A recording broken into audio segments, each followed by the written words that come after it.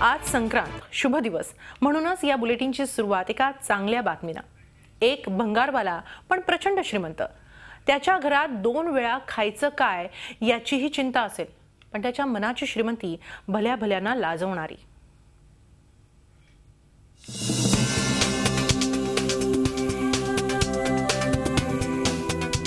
पुण्यातल्या पाटील इस्टेट झोपडपट्टीत राहणाऱ्या सुभाष वडवराव यांच्या घरापर्यंत पोहोचण्यासाठी बरीच कसरत करावी लागते. त्यांच्या घरात शिरण्यापूर्वी लक्ष जातं ते दारावर लावलेल्या या नोटिशीवर.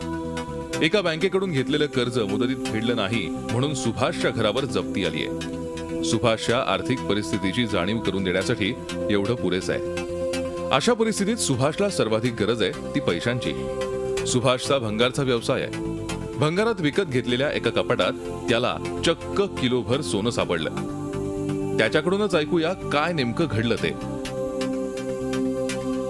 एक कपाट मी 1,500 रुपयाला विकलं आणि विकलं कपाट. आता तो माणूस घेऊन जाणार एवढ्यात मी दुसरं कपाट उघडून बघितलं तर त्याच्यामध्ये ते एक अल्बम निघाला. तर तो लग्नाचा अल्बम होता त्यांचा जुना. म्हणलं अरे बापरे, हे अल्बम द्यायला लागेल म्हणलं त्यांना. मग मी काय केलं म्हणलं तर मग विकलेल्या कपाटाला म्हणलं त्या ग्रस्ताला म्हणलं 2 मिनटं थांबा, म्हणलं ह्याच्यामध्ये काय आहे का मला बघू द्या आधी. मग ती खोलून बघितलं, मला द्यायला लागतं म्हणलं काय निघालं तर. ते खोलून बघितलं तर त्यात सगळे दागिनेच निघाले. भरपूर दागिने निघाले, चांगली पिशवीभर असल्यासारखे होते दागिने चांगले. मग ते घेतले. त्या सगळे माणसांना म्हणजे नाही का असं आवडलीक झाले लोक. अरे बापरे, म्हणजे आता काय चांदी झाली, असं झालं तसं झालं. मी म्हणलं माझी चांदी नाही, मला नको आहे, ज्यांचं आहे त्यांना मला वापस द्यायचं आहे. खरं तर सुभाषची गरिबी एका क्षणात मिटू शकेल इतका रगड माल त्याच्या हाती लागला होता. मात्र त्याची सतसत विवेक बुद्धी जागृत होती. म्हणूनच त्यानं कपाटात सापडलेलं सगळं सोनं पेंडसे या मूळ मालकांना परत दिलं. अल्बम पहिला दाखवल्यानं मला हे तुमचा अल्बम एक आलेला आहे, हे घ्या. अरे म्हणजे मी ते फेकूनच दिलेलं आहे म्हणलं. पण अजून एक वस्तू आहेत म्हणजे हे बघा म्हणलं. तर हे तुमचे दागिने आलेत म्हणलं. हां दागिने. अरे आमची म्हातारी मरून तर 7-8 वर्ष झाली बोले. तिने कधी करून ठेवलेली हे आम्हाला सुद्धा माहिती नाही म्हणलं. मग आता माहिती करून घ्या ना म्हणलं. मग टेबलवरती ओतले दागिने आणि बघून घ्या म्हणलं सगळे आहेत का तुमचे.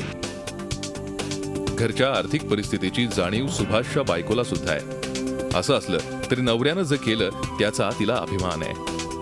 पहिल्यापासून त्यांनी इमानदारीनंच धंदा केलेला आहे आतापर्यंत. आमची किती बी घरात जरा परिस्थिती असली तरी माझी तब्येत अशी असून सुद्धा मी जेवणाची आता सुद्धा डब्यांची कामं करते. तरी बी त्यांनी पहिल्यापासूनच इमानदारीने राहिलेले आहेत ते. काय वाटतं तुम्हाला आता एवढं सगळं? काय वाटतं म्हणजे अभिमान वाटतं त्यांचा. दुसरं काय म्हणायचं आहे. सुभाषनं दाखवलेल्या प्रामाणिकपणाबद्दल त्याचा नुकताच सत्कार झाला. सुभाषचा प्रामाणिकपणा आणि मोठेपण सांगण्यासाठी आणखी शब्दांची गरज नाही. त्याच्यासारखी माणसं आहेत म्हणूनच या जगात प्रामाणिकपणा आणि चांगुलपणा टिकू नये. अशा व्यक्तिमत्वांचा झी मीडियाला अभिमान आहे. अरुण मेहत्रे, झी मीडिया, पुणे. झी 24 तास रहा एक पाऊल पुढे.